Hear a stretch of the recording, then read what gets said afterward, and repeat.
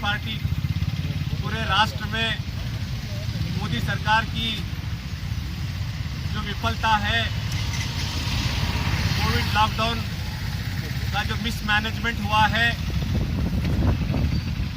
जिसके जरिए से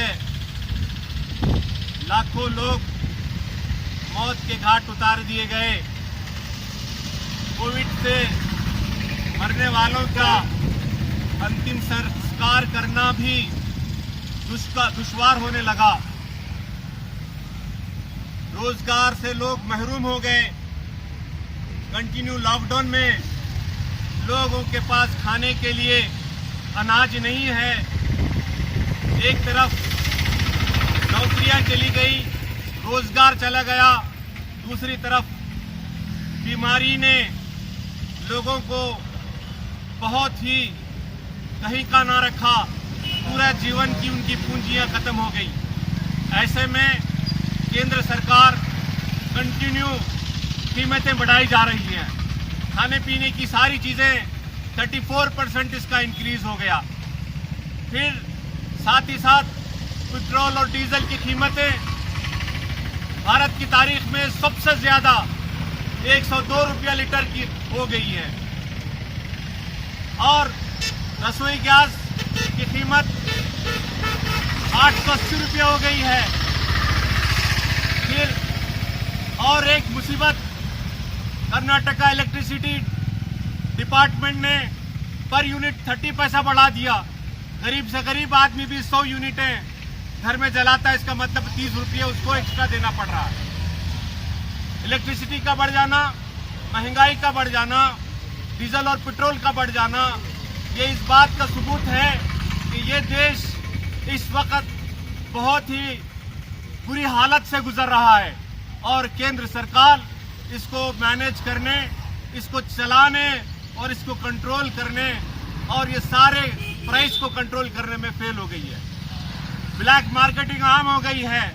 बंद मार्केट में कीमतें लोग ब्लैक में कई गुना बढ़ा कर लिए।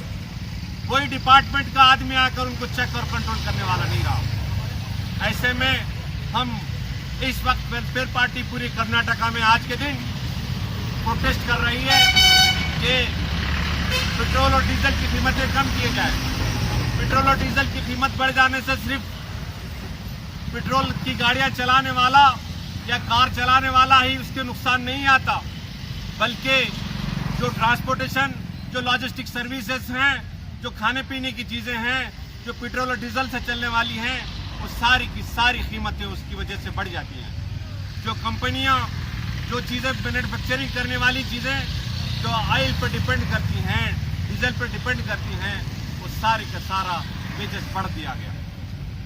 खाने का तेल 200 रुपये को लीटर हो गया, दाल की कीमत बढ़ गई, सब्जियों की कीमत बढ़ गई। अगर इसमें ये सारा का सारा महंगाई दर जो बढ़ जा रहा है, इससे मध्य वर्ग, middle class, lower middle class, below poverty line के जितने लोग हैं वो उनका जीना दोभर हो रहा है। कल ही के दिन का वाकया है कि एक आदमी ने अपने घर के 5 लोगों को कत्ल किया और बाद में खुद फांसी ले लिया। वजह बताई गई, वजह बस यही थी कि उसके घर में खाने के लिए और उसकी गुजर बसर के लिए मुश्किल था। बच्चों कल्याण ही का एक वाकया है कि एक आदमी घर में लॉकडाउन की वजह से वो सर्वाइव नहीं कर रहा था और पत्थर से अपना सर मार मार कर वो अपना सर फोड़ रहा था। ये सारे के सारे लोग लॉकडाउन की वजह से परेशान हैं और केंद्र सरकार और राज्य सरकार कीमतें बढ़ाने में लगी हुई है। ऐसे में हम केंद्र से और राज्य सरकार से हम ये अपनी तरफ से हम अपील करते हैं, वेलफेयर पार्टी अपील करती है, आम जनता अपील करती है कि लोक कल्याण की बात करने वाली सरकार, जग कल्याण की बात करने वाली सरकार अपने देश में विफल हो चुकी है। इसलिए हम चाहते हैं कि फौरी तौर पर ये कीमतों पर कंट्रोल किया जाए और डीजल और पेट्रोल की कीमत को कम कर कर इस वक्त गरीब पर मजीद बोझ ना डाला जाए। मैं आपके माध्यम से जो बात कह रहा हूँ, ये इसका एक ही लक्ष्य है कि गरीब आदमी, कमजोर आदमी, उसका जीना सुकून से हो जाए। वो जीना चाहता है और हम सब उसके जीने का साधन करें। जय हिंद, जय कर्नाटका।